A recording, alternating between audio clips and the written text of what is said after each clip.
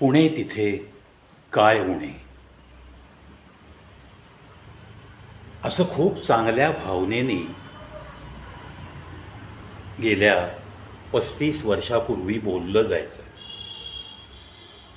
आजही बोललं जात आहे. पण आज त्या बोलण्यामध्ये थोडा उपहास आहे. म्हणजे नको त्या गोष्टी, या विद्येचे माहेरघर अशी प्रसिद्धी मिळवलेल्या पुणे या शहरात घटना घडत आहेत. पुण्यातल्या एका, तसं पाहिलं तर बऱ्यापैकी ट्रॅफिक अशा रस्त्यावर घडलेली एक घटना. साधारण 25 ते 30 वयोगटातली एक युवती, दिसायला बऱ्यापैकी चांगल्या घराण्यातली वाटते ती. तिने अचानकपणे अंगावरचे सर्व कपडे उतरवले आणि बेधडकपणे जो काही तुरळक ट्रॅफिक होता तिथे ती रस्त्यावर आली. अक्षरशः रस्त्यावरच्या जाणाऱ्या येणाऱ्या लोकांनी नजरा खाली पाडल्या आणि तिथून कधी एकदा जातो असे चेहऱ्यावर भाव दिसत होते. आणि ही मात्र तिच्यातला जो काही एक उन्मत्तपणा दिसत होता तो दर्शवत होती. वेडेवाकडे हातवारे करत होती. येणाऱ्या जाणाऱ्या टेम्पो कारला त्या ड्रायव्हरशी हुज्जत घालत होती. त्याच्याशी काहीतरी बोलायचा प्रयत्न करत होती. अर्थात हे सगळं ड्रग्सच्या नशेमध्ये ती करत होती हे सुद्धा समजत होतं. आता एक चांगल्या घरची वाटणारी दिसणारी मुलगी, तरुण मुलगी, संपूर्ण विवस्त्र अवस्थेत पुण्यासारख्या शहरातल्या एका रस्त्यावर अशा नशेच्या धुंदीत दिसते. मग उपहासाने म्हणावंसं वाटतं ना, पुणे तिथे काय उणे. दुसरं एक उदाहरण, एका वाहत्या रस्त्यावर एका ATM केंद्राजवळ मी माझी गाडी पार्क केली आणि 2 पैसे काढण्यासाठी त्या ATMकडे निघालो. तेवढ्यात एक युवती एका वाईन शॉपमधनं बाहेर पडताना पाहिली आणि तिने जी काही एक 90 ml वगैरे एक बाटली घेतलेली दिसली हातात आणि चक्क ती तिच्या स्कूटरवर येऊन बसली. ती बाटली खोलली आणि तशीच्या तशी तिने पूर्ण बॉटल संपवली. 90 ml बाटली. 10 ते 12 फुटांवरचं हे दृश्य पुण्यातलंच. हे पाहूनसुद्धा उपहासाने म्हणावंसं वाटतं, पुणे तिथं काय उणे. अर्थात आता ती कुठली तरी बाहेरून इथं शिकायला आली होती वगैरे वगैरे असा डिफेन्स पण मूळचे पुणेकर लोक घेतील सुद्धा. प्रश्न तुम्ही मूळचे किंवा ह्याचा नाही आहे. पुणे शहर हे आधी काळापासून एक महत्त्वाचं शहर म्हणून गणलं जातं. विद्येचं माहेरघर म्हणून प्रसिद्ध असलेलं हे एक भारतातलं सुप्रसिद्ध शहर. आता अशा जेव्हा घटना बघतो तेव्हा मन खिन्न होऊन जातं.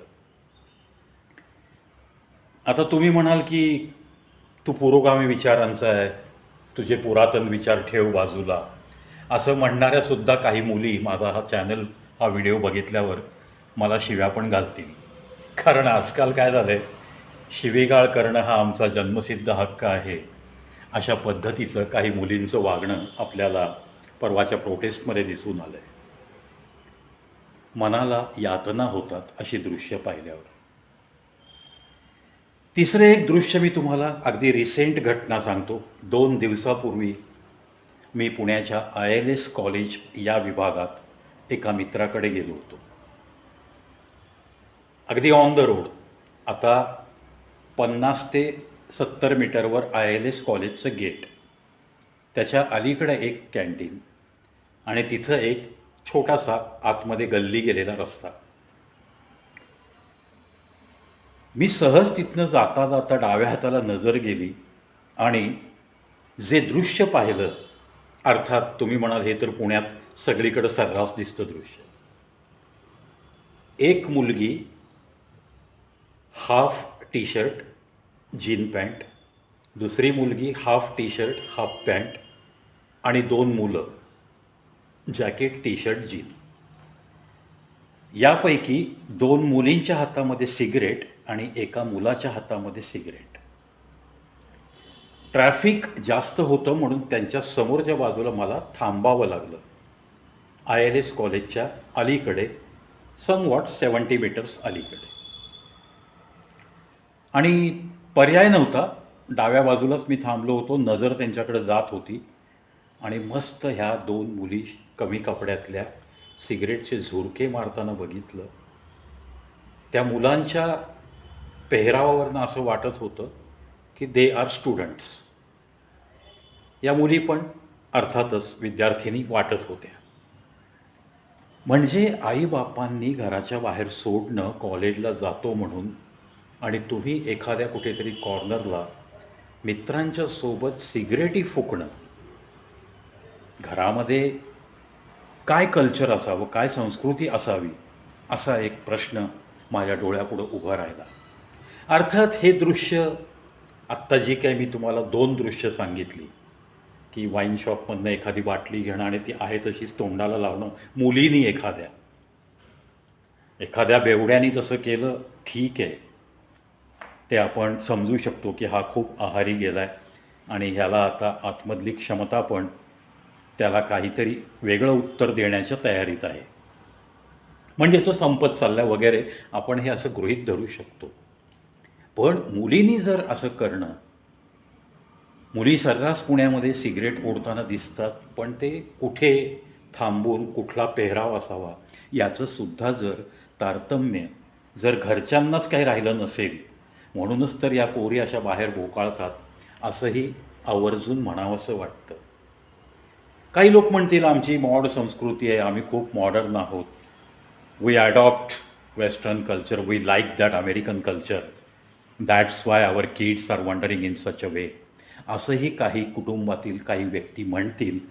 तर त्यांच्यापुढं सुद्धा मी मग हेल्पलेस आहे, नतमस्तक आहे, काही बोलू शकणार नाही. ही या अँगलनी नतमस्तक शब्द वापरतो आहे मी, काही इलाजच नाही. परंतु जी काही समाजाची ही वाट लागत चालली आहे, या पहिल्या 2 क्लिपबद्दल बोलतो आहे. विवस्त्र अवस्थेत त्या ड्रग्सच्या आहारी गेलेल्या मुलीचा तर हा अतिशय कहर झाला. हे पुण्यात गाठलेलं एक संस्कृतीचा ऱ्हास होणारं उच्च टोक, ते सुद्धा आता पुण्यात दिसायला लागलं आहे. म्हणजे आज एक दिसली, उद्या त्याच्यात वाढ होणार नाही असं नाही आहे. ड्रग्सच्या आहारी जाणारी तरुणाई या पुण्यामध्ये भरपूर पाहायला मिळाली मला. मनाची थोडीशी खिन्नता आणि समाजाविषयी वाटलेली थोडीशी जाणीव, की यातून मग मार्ग नक्की काय काढायचा, यातून मग प्रबोधन म्हणून काय करता येईल या तरुणांचं, या तरुणींचं. का मग आता कोणीच काही करू शकणार नाही या स्टेजला आपल्या या पुण्यातली संस्कृती पोहोचली आहे का? या मोठ्या शहरांमध्ये अशा पद्धतीने वागणाऱ्या मुलींना आपण काही सांगून पुन्हा सरळ रस्त्यावर आपल्या, म्हणजे काय अगदी काष्ठ्याचं लुगडं घालून फिरा असं म्हणत नाही आहे मी, पण आपल्या संस्कृतीची, परंपरांची थोडी तरी ओळख त्यांना करून देऊ शकतो का आपण? अजून काही स्कोप राहिला आहे का आपल्याला सुधारण्यासाठी? या लोकांच्या अशा वागण्यात थोडी सुधारणा झाल्यानंतर शहराचं नाव, शहराचं वैभव पुन्हा या शहराला प्राप्त होईल का? असे काही प्रश्न माझ्या मनात निर्माण झालेत आणि म्हणूनच हे सगळे प्रश्न समाजालाच विचारण्यासाठी हा आजचा व्हिडिओ. चला, बी पॉझिटिव्ह असं बोललं जातं, आपण सकारात्मक राहिलं पाहिजे. यातूनसुद्धा काहीतरी चांगलं निष्पन्न होईल, कुठेतरी पुन्हा जाणीव होईल या तरुणाईला आणि सगळी तरुण मंडळी रस्त्यावर येतील चांगल्या रीतीने आणि आपल्या संस्कृतीचं जतन करतील. अशाच आशेने, अशाच अपेक्षेने या व्हिडिओत इथंच थांबतो. पाहत राहा मित्रांनो कविप्रवीत शो यूट्यूब चॅनल. अशाच काही अनंत व्हिडिओंसाठी खूप काही देण्याचा प्रयत्न करणारा एकमेव स्टेज आर्टिस्ट प्रवी मायसेल्फ.